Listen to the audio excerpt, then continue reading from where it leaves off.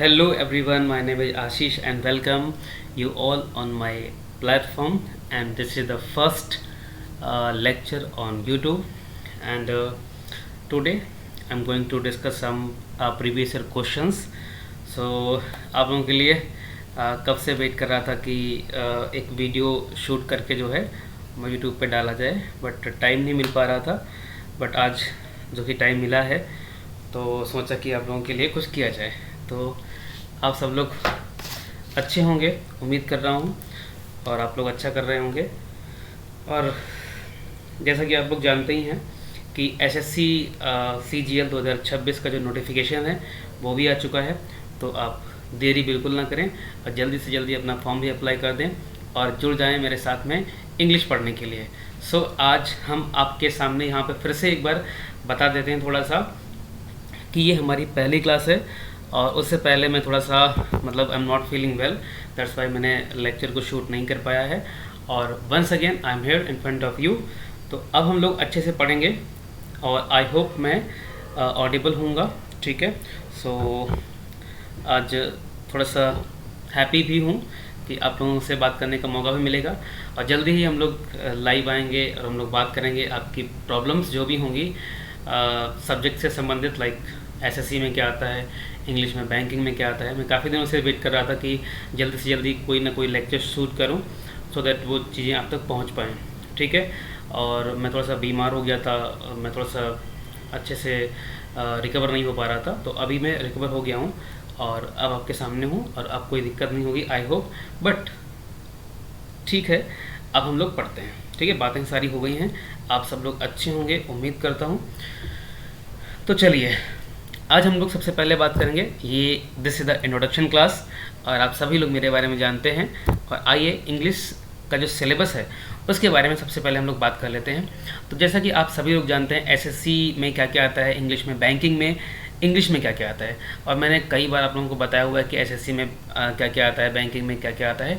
तो सिलेबस में हम उतना टाइम वेस्ट नहीं करेंगे यहाँ पे, क्योंकि हमें कम टाइम में इस वीडियो को ख़त्म करना है। जल्दी से जल्दी हम लोग आएंगे, कुछ क्वेश्चंस करेंगे और उसके बाद इस वीडियो का एंड करेंगे और बहुत जल्दी हम लोग लाइव आकर के आप लोगों से बात करेंगे, ठीक है। चलिए देखिए, जैसा कि आप सभी लोग जानते हैं, एक सेकेंड, जस्ट अ मिनट।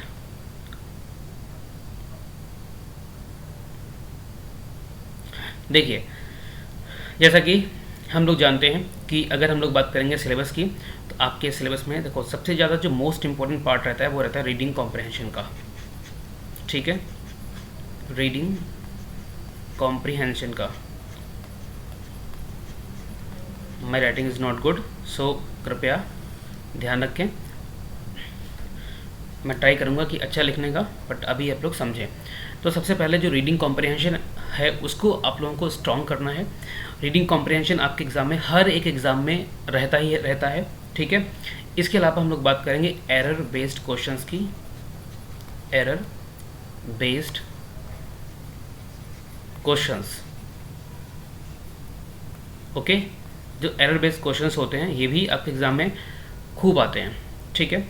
अगला पार्ट है आपका वोकैब का। वोकैब्स भर भर के आते हैं, चाहे वो इडियम्स हो, चाहे वो फ्रेजल वर्ब हो, चाहे वो एंटोनीम्स हो, चाहे वो सिनोनीम्स हो, ये सारे के सारे आपके एग्जाम्स में आते हैं, ठीक है।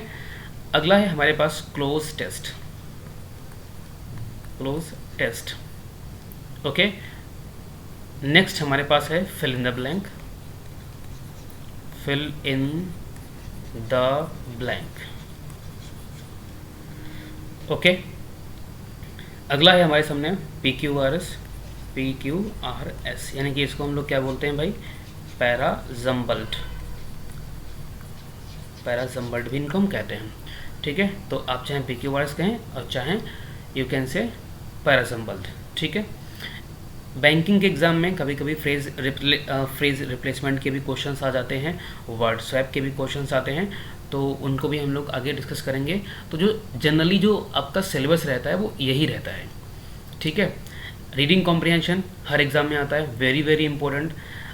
एरर बेस्ड क्वेश्चंस भी आते हैं, ठीक है। वोकैब्स का तो बहुत रोल रहता है, क्लोज टेस्ट में भी वोकैब का रोल रहता है, फिल इन द ब्लैंक में भी वोकैब का रोल रहता है, और पैरासिम्बल में भी आपको अंडरस्टैंडिंग होनी चाहिए कि हाउ टू डील विद पैरासिम्बल। तो ये आपका मोटा मोटा सिलेबस है, यहाँ पे हमने डिटेल्ड सिलेबस डिस्कस नहीं कर रहा हूँ मैं, यहाँ पे मोटा मोटा जो सिलेबस है वो मैं आपको थोड़ा सा आइडिया दे देता हूँ, ठीक है। तो चलिए अब हम लोग चलते हैं क्वेश्चंस की तरफ, और ये पहला क्वेश्चन आपके सामने है। इस क्वेश्चन को हम लोग सॉल्व करेंगे। देखिए, जो भी मैं आपके सामने क्वेश्चन ये कराने जा रहा हूँ, तो ये जो पहला क्वेश्चन आपके सामने है, ये सारे के सारे जो भी क्वेश्चंस आपके सामने आने वाले हैं, ये सारे के सारे जो क्वेश्चंस हैं वो बैंकिंग के एग्ज़ाम में आ चुके हैं, ठीक है। तो हम लोग क्या करेंगे, हम लोग जो है मिक्स क्वेश्चन करेंगे, ठीक है, क्योंकि जो लोग एसएससी की तैयारी कर रहे हैं वो एसएससी वाले देख सकते हैं, जो बैंक की तैयारी कर रहे हैं वो बैंक वाले देख सकते हैं। जो कॉमन पॉइंट रहता है वो ये रहता है कि एसएससी बैंकिंग में जो एरर वाले क्वेश्चंस आते हैं वो लगभग सेम रहते हैं, मतलब कॉन्सेप्ट सेम रहता है, और जो नंबर ऑफ क्वेश्चंस होते हैं, लेंदी क्वेश्चंस जो होते हैं वो बैंकिंग में आते हैं, सिंपल क्वेश्चंस जो होते हैं वो एसएससी में आते हैं। तो डोंट वरी, हम लोग सारे क्वेश्चंस की प्रैक्टिस करेंगे। तो चलिए, ये पहला जो क्वेश्चन है वो आप लोगों को बताना है, क्या लिखा हुआ है देखिए, जस्ट अ मिनट, देखिए। So this is the first question in front of you and I'm ready to discuss with this question. Just a minute.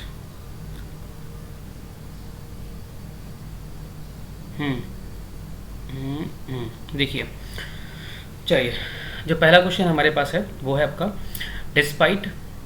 देखिए, आपका जो क्वेश्चन है वो 4 पार्ट्स में डिवाइड है, part number A, part number B, okay, part number C and part number D, और E में क्या लिखा हुआ है, नो एरर। तो आपको बताना है कि किस वाले पार्ट में एरर है। ऊपर से देखते हैं क्या लिखा हुआ है, read each sentence to find out whether there is any grammatical error और idiomatic error, okay, error in it. The error, if any, will be in one part, okay, will be in one part of the sentence. The number of that part is the answer. If there is no error, the answer is E. Ignore errors of punctuation if any. तो जैसा कि मैं आपको बता चुका हूँ कि आपका जो सेंटेंस आपके सामने दिया हुआ है, इसमें हमारे पास 5 ऑप्शंस हैं, और option number 1, option number A, option number B, option number C and option number D, और ई में लिखा हुआ है बेटा नो एरर, ठीक है। तो आपको बताना है किस वाले पार्ट में एरर है। तो जल्दी से जल्दी एक बार हम लोग देख लेते हैं कि किस वाले पार्ट में एरर है। आइए, क्वेश्चन क्या लिखा हुआ है, despite of the rising share of the Delta variant, the overall incidence in Germany has been steadily declining in recent weeks, no error। तो सबसे पहले देखिए, देखो कुछ जहाँ जहाँ मैंने पढ़ाया हुआ है वहाँ के जो बच्चे होंगे वो जानते होंगे कि हमने उनको बता रखा है कि, एक सेकेंड, ये वाला लेते हैं कलर।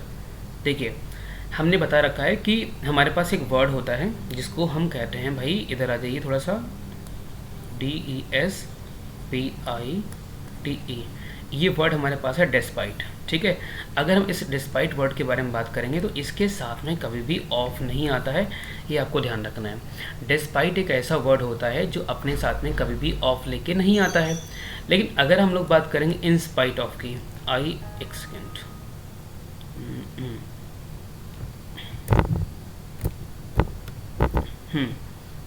देखिए, अगर हम लोग बात करेंगे इन स्पाइट ऑफ की, अगर हम लोग किसकी बात करेंगे, अगर हम लोग बात करेंगे इन स्पाइट ऑफ की, तो जो इन स्पाइट ऑफ होता है INSPITE, इन स्पाइट ऑफ जो होता है वो सही होता है। मतलब क्या हुआ कि जो इन स्पाइट वर्ड होता है, इन स्पाइट के साथ में तो ऑफ लग जाता है, लेकिन जो डिस्पाइट वर्ड होता है इसके साथ में कभी भी हम ऑफ प्रेपोजिशन का यूज़ नहीं करते हैं, ठीक है। अब इसका रीज़न क्या है, तो सिंपल सा कॉन्सेप्ट क्या है, आपको सिंपली ध्यान रखना है कि डिस्पाइट के बाद we don't use preposition of. Despite के बाद कभी भी हम ऑफ प्रेपोजिशन का यूज़ नहीं करेंगे, लेकिन इंस्पाइट के बाद हम ऑफ कर लेंगे, जबकि दोनों का मतलब सेम ही होता है। बट डिस्पाइट के बाद जनरली हम क्या करते हैं, हम कभी भी इस ऑफ शब्द का यूज़ नहीं करेंगे, ओके। अब इसका जो रीज़न है वो हम लोग जब पढ़ेंगे topic that is called preposition, okay. जब हम पढ़ेंगे प्रेपोजिशन टॉपिक पढ़ेंगे तो वहाँ पर डिस्कस करेंगे कि डिस्पाइट के बाद ऑफ क्यों नहीं आता है। सो आई होप आपको क्वेश्चन क्लियर हो चुका होगा। So the right answer will be, यानी कि जो एरर है वो ए वाले पार्ट में आपका एरर है, ठीक है।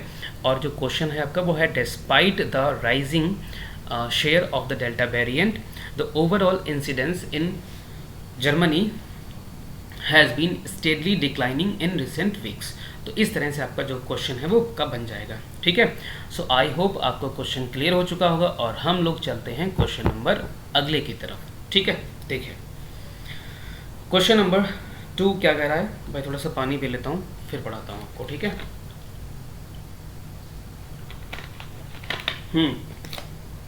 सो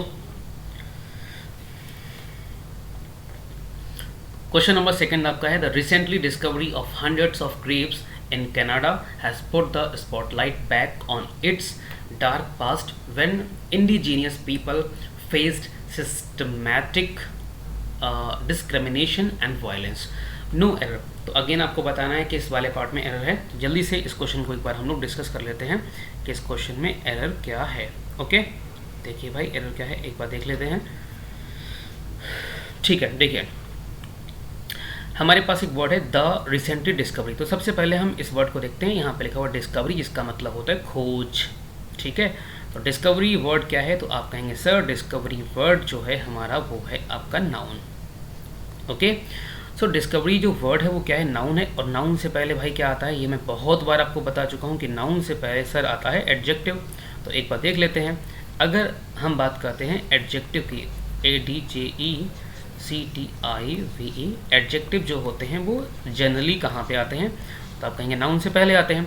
तो जब एडजेक्टिव नाउन से पहले आते हैं, गॉट इट, जब एडजेक्टिव नाउन से पहले आते हैं तो हम एक बार देख लेते हैं यहाँ पे जो लिखा हुआ है रिसेंट वर्ड, RECENT, रिसेंट होता है आपका एडजेक्टिव, ओके।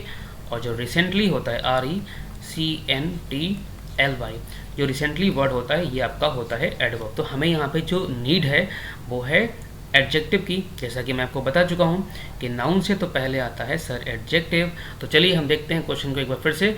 तो हम क्या कहेंगे, हम यहाँ पे क्वेश्चन को लिखेंगे द रिसेंट डिस्कवरी कहेंगे, यानी कि जो अभी अभी डिस्कवरी हुई है ऑफ हंड्रेड्स ऑफ ग्रेव्स की, ठीक है, इन कनाडा में, has put the spotlight back on it's dark past when indigenous people faced systematic discrimination and violence. तो आपका सही आंसर यानी कि जो एरर है वो फर्स्ट वाले पार्ट में ही एरर है, और ये क्वेश्चन आपके SBI क्लर्क में आ चुका है, ये आपको ध्यान रखना है, ओके।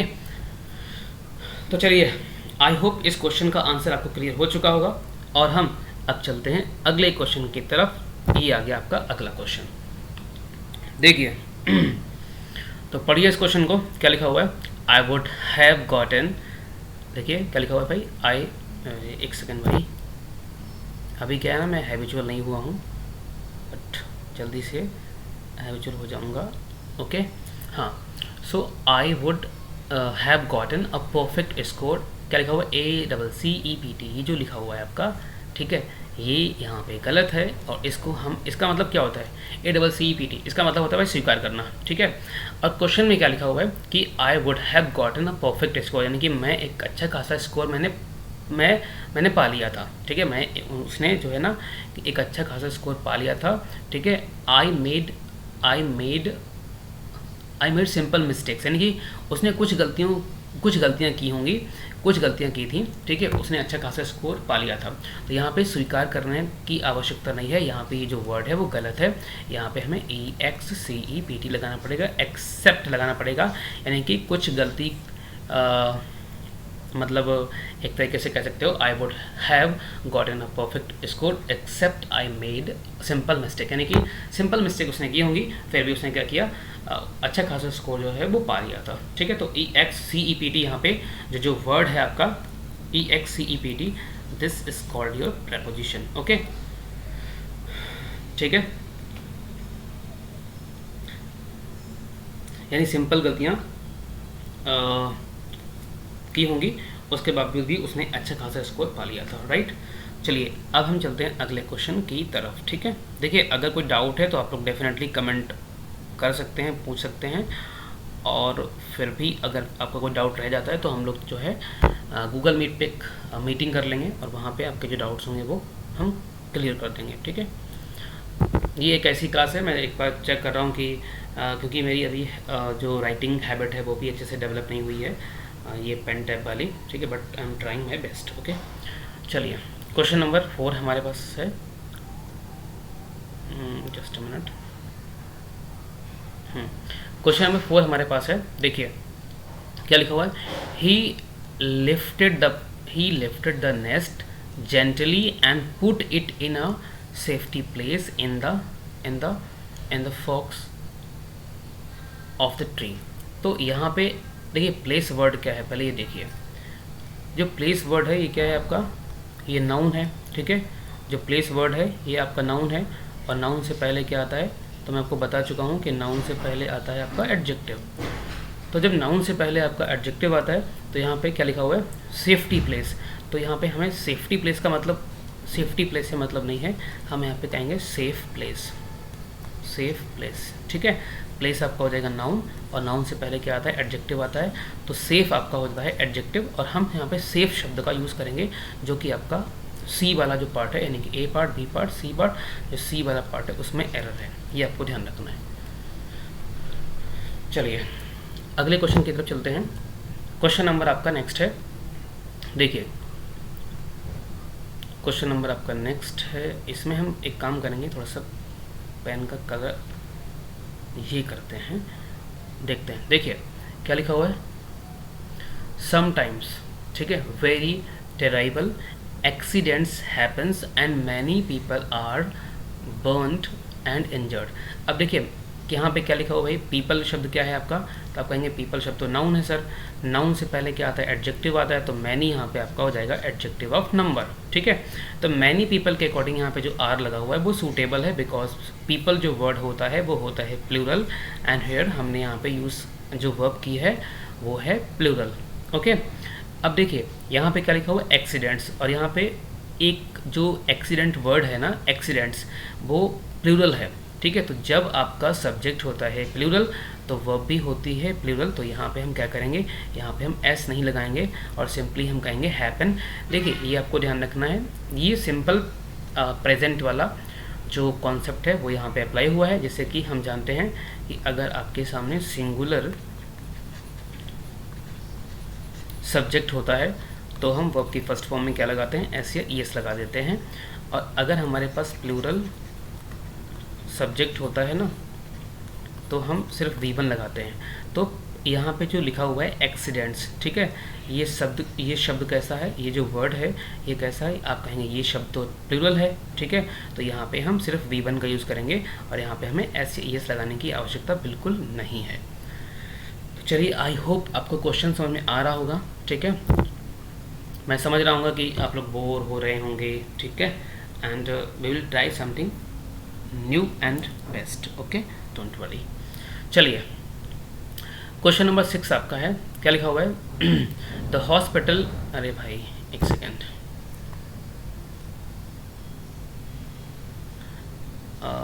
ठीक है, देखिए क्या लिखा हुआ है, द हॉस्पिटल, ठीक है, has receive funding for medical devices and clinical studies.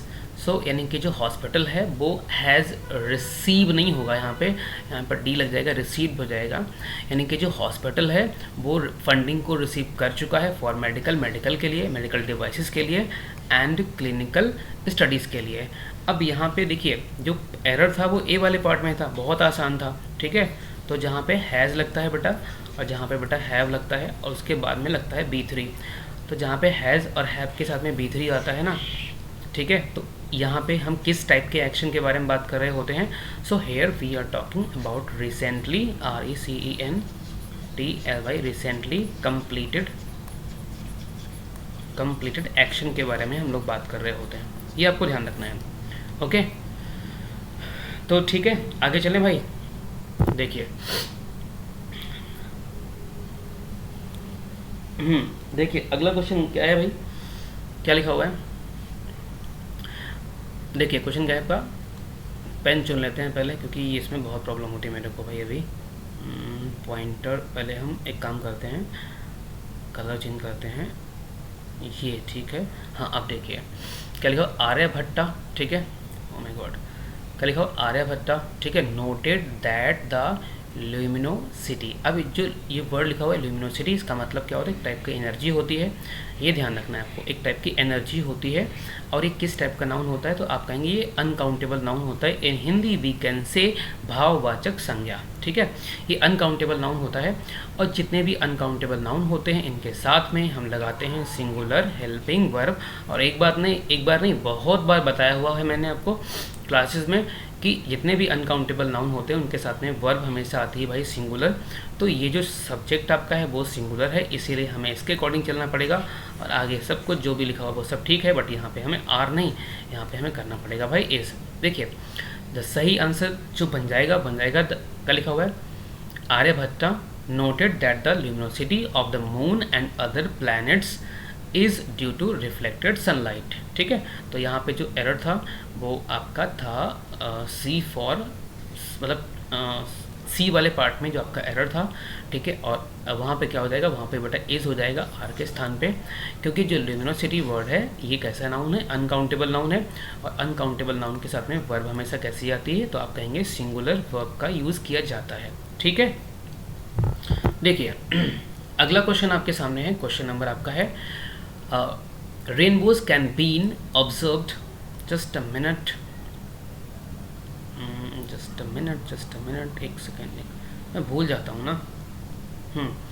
क्या लिखा हुआ है, rainbows can been observed whenever there are water drops in the air and sunlight shining. तो नो एरर, ठीक है। तो आपको बताना, चलिए बताइए, ए वाले पार्ट में एरर है, बी वाले पार्ट में एरर है, सी वाले पार्ट में एरर है, या डी वाले पार्ट में एरर है, या है ई वाले पार्ट में, मतलब है एनी, मतलब नो एरर। तो सिंपल सी बात क्या है, देखिए रेनबोज कैन बीन ऑब्जर्व। अब देखिए एक वर्ड है कैन और साथ में लग गया भाई बीन, ठीक है। तो बीन के बाद अगर बीन है ना तो आप थर्ड फॉर्म, आप बीन है ना तो आप तो यहाँ पे आईएनजी फॉर्म लगा सकते हो, राइट, ओके। अब यहाँ पे जो रेनबोज है ना, जो रेनबोज होते हैं उनको किसी ने ऑब्जर्व किया होगा, तो डेफिनेटली सेंटेंस हमारा किस में बनेगा, सेंटेंस हमारा बन जाएगा पैसिव वॉइस में। और सेंटेंस को पैसिव वॉइस में हम कैसे बनाएंगे भाई, कैन बी लगाएंगे, कैन बी ऑब्जर्व्ड, ठीक है, OBSERVED, ऑब्जर्व। इस तरीके से आपका सही आंसर बन जाएगा।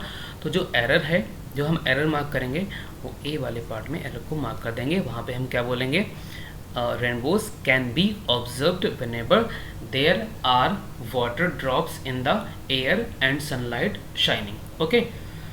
तो इस तरीके से आपका सही आंसर बन जाएगा। और हम जल्दी से चलते हैं एक क्वेश्चन, हाँ ये वाला क्वेश्चन करते हैं। देखिए इस क्वेश्चन को अगर हम देखते हैं तो क्या लिखा हुआ है, Indraprastha was one of the 5 place demanded for the sake of peace and to avert a disastrous war, ठीक है। एक सेकंड, अरे ये क्वेश्चन कहाँ भाग जाते हैं इतनी जल्दी, देखिए हाँ जी। तो अब देखिए इस क्वेश्चन में एरर किस में है, जल्दी से बताइए भाई आप लोग। ए में है, बी में है, सी में है, डी में है, ई में है, ठीक है। अब यहाँ पे जो क्वेश्चन लिखा हुआ है, क्या लिखा हुआ है, Indraprastha was one of the 5 place. तो एक रूल है, आपको पता होगा, ठीक है, एज आई टोल्ड यू, जब भी आपने क्लास में अटेंड किया होगा मैंने बताया होगा कि वन के बाद में हम लगाते हैं ऑफ और आगे लगाते हैं PCN, मतलब, और आगे SHV आता है। क्या इसका मतलब है, देखो जरा, देखिए वन के बाद हमेशा ऑफ आता है, मतलब अगर ऑफ आता है तो जो रूल होता है वो किस टाइप से बनता है वो यहाँ पे देखते हैं। वन के बाद बेटा क्या आएगा, ऑफ आएगा, आगे हमेशा PCN का मतलब प्लूरल काउंटेबल नाउन आएगा, ठीक है। हमेशा ध्यान रखना है कि वन के बाद अगर ऑफ आता है तो यहाँ पे जो भी नाउन रहेगा वो नाउन कैसा रहेगा, वो नाउन रहेगा प्लूरल, क्योंकि बहुतों में से आप किसी एक के बारे में बात कर रहे हैं। और जब बहुतों में से आप किसी एक के बारे में बात कर रहे हैं तो यहाँ पे जब बहुतों में से बेटा आप किसी एक के बारे में बात कर रहे हैं, तो जब बात एक के बारे में ही हो रही है तो यहाँ पे वर्ब कैसी आएगी, सिंगुलर।